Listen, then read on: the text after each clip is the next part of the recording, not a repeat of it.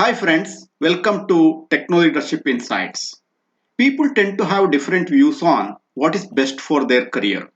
While some believe in single-minded focus on goals, some believe in destiny and take life as it unfolds. And some are passionate about their field of interest and want to be known as experts in the field. Of course, there are many other equally compelling perspectives as well. Key question is which perspective is right? Which is desirable?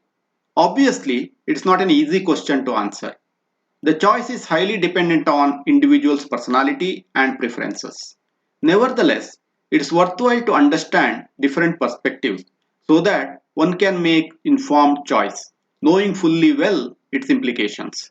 After all, the perspective we hold significantly influences the decisions we make throughout our career.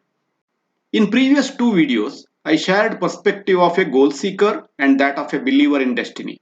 Today, I share perspective of people passionate about their field of interest and want to be known as experts in their field. Now, listen to a technical expert, Mr. Guru, explaining his career perspective. I'm hardcore techie and will always remain so. I like hands-on technical work and I'm very good at it. I want to grow in my field and be known as expert in the field. I feel great when people consult me for my ideas, seek help for solving difficult problems, value and respect my expert advice. I don't like managing people. Last year, when my earlier manager moved over to another role, I was asked to manage my group ad interim. After a few months, my boss asked me whether I would like to continue in management role. I clearly said I want to stay technical and not get dragged into managing people. Finally, he hired another person for that role. I know as I grow, I have to take some management tasks. That is okay as long as I stay technical. Some amount of managerial work is necessary evil, I guess. But I will never move out of hands-on technical work completely. Maybe 10 years back, people didn't had option to grow in technical field. They were forced to switch to management role for growth. But today, the situation has changed. Today, people like me can stay technical and grow in their career. I think this trend will further accelerate in future. One thing I am very concerned about is obsolescence of my knowledge and skills. My field is changing rapidly, so I need to constantly update my skills. Luckily, I am working on leading edge technology which helps me keep up with changes. But I know this will be a challenge as time goes by. I have to proactively create learning avenues so that I don't fall behind and lose my technical edge. If my company loses technical edge in the market, I may even think of moving out of present company and join another that leads in my field. I feel great when my boss and my colleagues recognize my expertise. Even a simple thank you message appreciating my contribution in solving a very challenging problem makes my day. I feel great when senior management recognizes my value and consults me before taking important decisions affecting my field. Salary does matter, and I like to be paid well in line with market. But what really motivates me is not the salary, rather, my ability to solve difficult technical challenges. I know my salary will automatically keep pace with my capabilities. When I solve difficult challenges and management recognizes my contribution, I feel good about myself, and that matters a lot. I want to demonstrate my expertise outside my company too.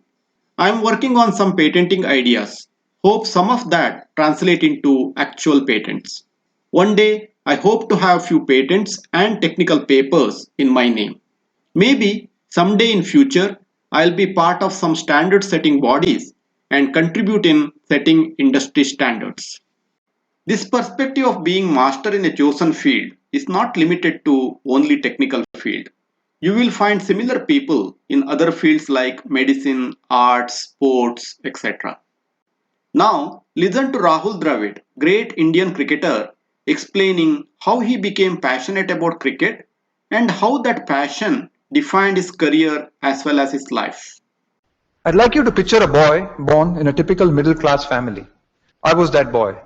What made us somewhat different was that my uncle played alongside C.K. Naidu for the Holkar team, and my dad represented his university team, and he was completely cricket crazy.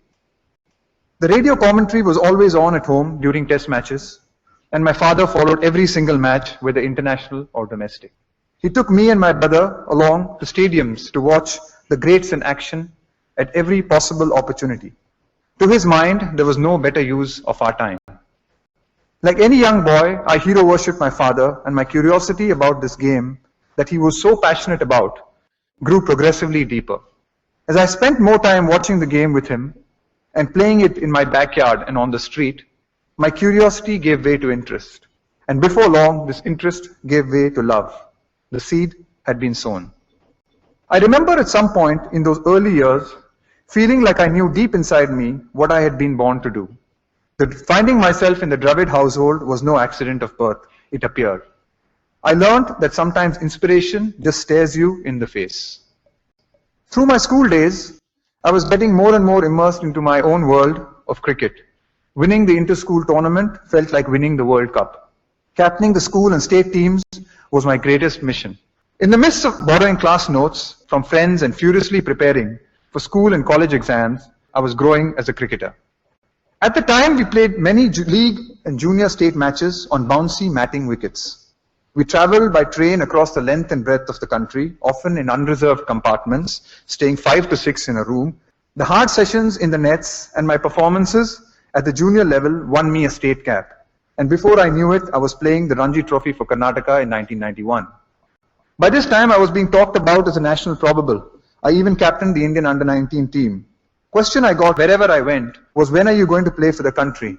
Now, this is not something that I had any control over, but the question began to dominate my life and my being. Even when it wasn't asked, it was the elephant in the room. I ended up playing 5 years of domestic cricket before getting my national break. It was frustrating. I remember putting a sticker on my kinetic Honda which read, "God's delays are not God's denials." Looking back now, I do not think I would have been prepared for the success I ultimately had at the international level had I not gone through the finishing school that domestic cricket provided. Spin or fast bowling, easy or difficult batting conditions, I was well prepared for anything. This period tested my faith and willingness to believe in my own talent at the beginning of my journey. I had an extremely gratifying career and many highs and a number of disappointments as well.